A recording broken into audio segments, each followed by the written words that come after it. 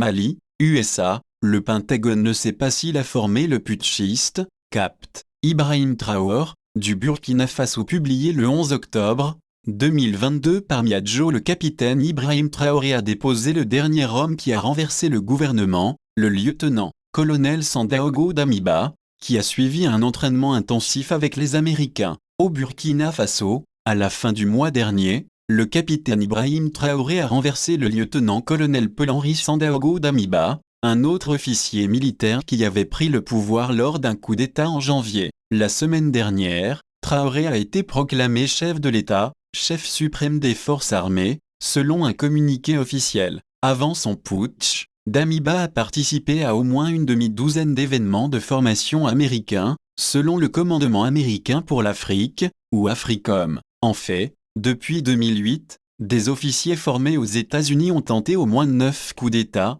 et réussi au moins 8, dans 5 pays d'Afrique de l'Ouest, dont le Burkina Faso 3 fois, la Guinée, le Mali 3 fois, la Mauritanie et la Gambie. Traoré est-il le 10e officier ouest-africain à ajouter au décompte croissant? Le Pentagone n'en a aucune idée. Depuis fin septembre, Responsible Statecraft a demandé des réponses à l'AFRICOM et au bureau du secrétaire à la défense sans succès. Nous n'avons pas d'informations pour vous sur le capitaine Ibrahim Traoré du Burkina Faso, a répondu un porte-parole du Pentagone, qui a refusé de donner son nom, par email après près d'une semaine de questions répétées. L'AFRICOM est également dans le noir. C'est quelque chose que nous devrons rechercher et vous répondre, a déclaré le porte-parole de l'AFRICOM, Kelly Calan, notant qu'il ne semblait pas y avoir de lien entre Traoré et les exercices d'entraînement américains, tout en laissant ouverte la possibilité qu'il aurait pu être lié à d'autres engagements avec les États-Unis. Damiba, qui a fui vers le Togo voisin après avoir été destitué,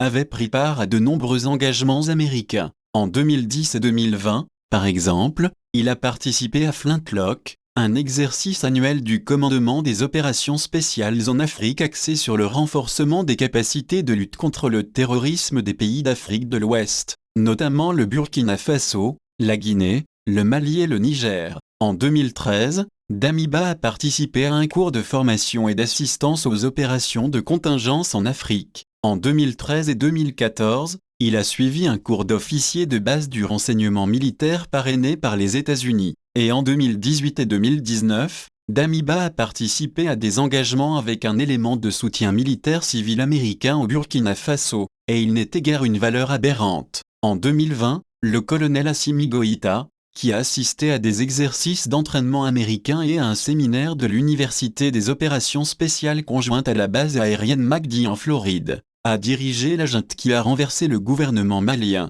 Goïta a démissionné pour occuper le poste de vice-président dans un gouvernement de transition chargé de ramener le Mali à un régime civil, pour reprendre le pouvoir lors de son deuxième coup d'État en 9 mois. L'année dernière, une unité des forces spéciales guinéennes dirigée par le colonel Mamadi Doumbouya a pris le temps de s'entraîner avec les bérets verts américains pour prendre d'assaut le palais présidentiel et destituer le président du pays, Alpha Condé, âgé de 83 ans. Doumbouya s'est rapidement déclaré le nouveau chef de la Guinée. L'une des principales raisons pour lesquelles l'armée américaine ne sait pas si elle a encadré Traoré est le manque de tenue de registre. L'AFRICOM ne garde pas un œil sur ce qu'il advient des officiers qu'elle forme, pas plus qu'elle ne sait lesquels ont mené des coups d'État. AFRICOM ne suit pas activement les personnes qui ont reçu une formation américaine une fois la formation terminée, a déclaré Calan à Responsible Statecraft, notant que le commandement ne tient pas de liste des officiers africains qui ont renversé leur gouvernement ni même ne tient compte de la façon dont plusieurs fois